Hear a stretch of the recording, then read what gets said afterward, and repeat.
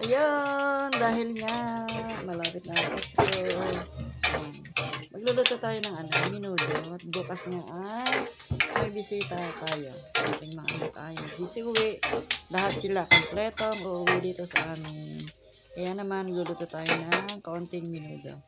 Ayan, at sinasangkot ko na po yung taba. Sinasangkot ko po yung taba niya para matanggal yung mantika. At masarap po yung taba pag hinalo sa minudo. May lasa siya.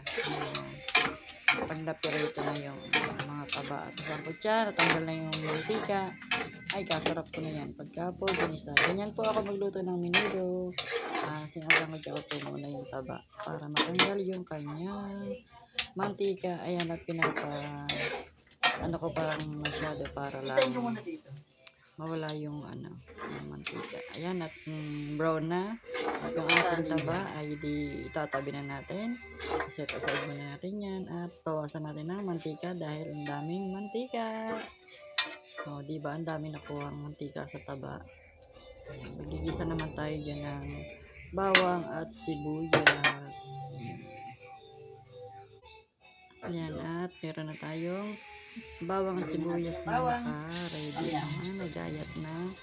At yun natin, gisahin na natin siya sa minarinade ko nga pala yung ating karne na ilang oras.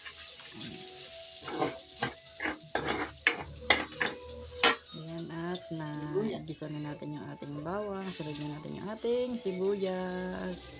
Yan, halo-haloin lang natin hanggang malanta at mag-amoy na ang aroma ng sibuyas. Yan, halo-halo lang. Halo-halo lang yung pagigisa at pag ito ay nalanta na at medyo mag-brown-brown na ng konti yung ating bawang, ihulog na rin natin agad yung ating karne na ibinabad. Yan. 2 kilong baboy nga lang pala itong niluto ko. At meron pa rin naman silang dala na pagkain. Kaya ito lang yung inihanda ko. At yung fruit salad at spaghetti. Ayan, sa ating sa handa natin sa Pasko pagdating ng aking mga anak. Yan ang aming pagsasalu-saluhan. At ang dami ko ng apo kaya nakakatuwa. Pagka dumating silang lahat talagang hindi na magkaintindihan kung anong uunahin. Ayan, sangkot-sangkotyahin muna natin, halu-haluin. Diyan, naluto na agad. Ayan, nawala na po yung video ng sunod-sunod ng aking pagluluto ng minudo. At ayan na nga po, nandiyan na po yung atay, patatas, carrots, at bell pepper. At yan ay may timpla na at luto na nga talaga siya. Sunod na natin yung spaghetti. Ayan, iluto na natin yung spaghetti na pinapakuluan na natin. At yan pong spaghetti niya na bigay ni Leandro Ligarda Aliviste, yung aming pang congressman. Kaya libre na po yung aming Noche Buena at saka Noche Buena namin sa Pasko at pangbagong taon ay libre na po. Binigyan po lahat ng mga tao dito sa District 1 sa Batangas ng pang Noche Buena ni Congressman Leandro Aliviste. Napakabait na tao ni Congressman. Ayan, habang nakasalang yung ating pasta, tayo ay magigisa na ng pang sauce ng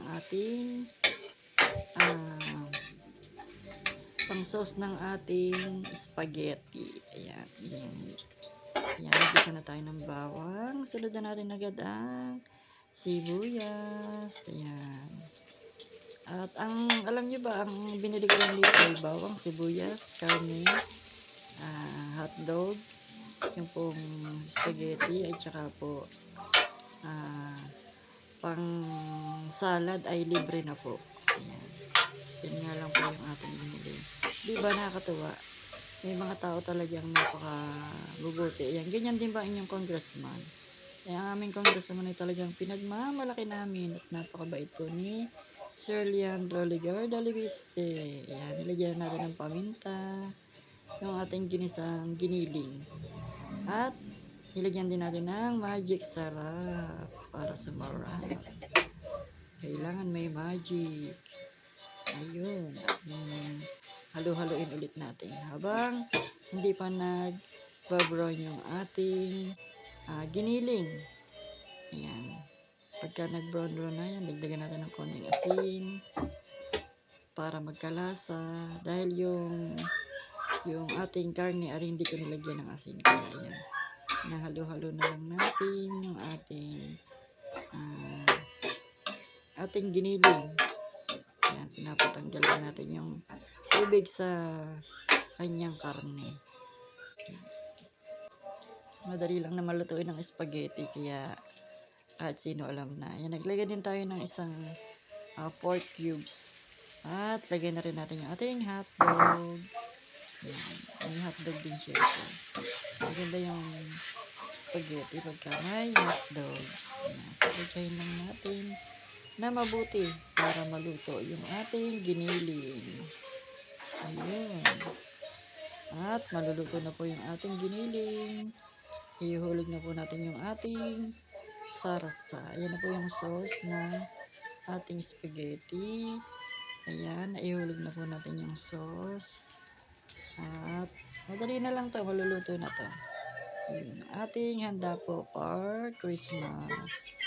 Pagdating ng aking mga Junakis, meron sila agad na meriendahin. Ayan. Dahil 26 ay mag-uuwian na rin naman sila. Yung iba ay nung hapon, nagsiuwi na. Ayun, maluluto na nga at atin lalagyan na ng cheese para masarap ang lasa. Kailangan may cheese. Yan, isang buong cheese nga pala yung nilagay ko. Ayun, kasama din yan sa pack na bigay ni Leandro Ligarda Libiste, yung ating keso.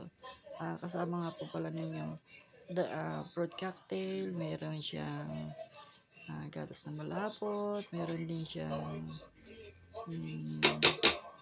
krema, yung cream. Yun.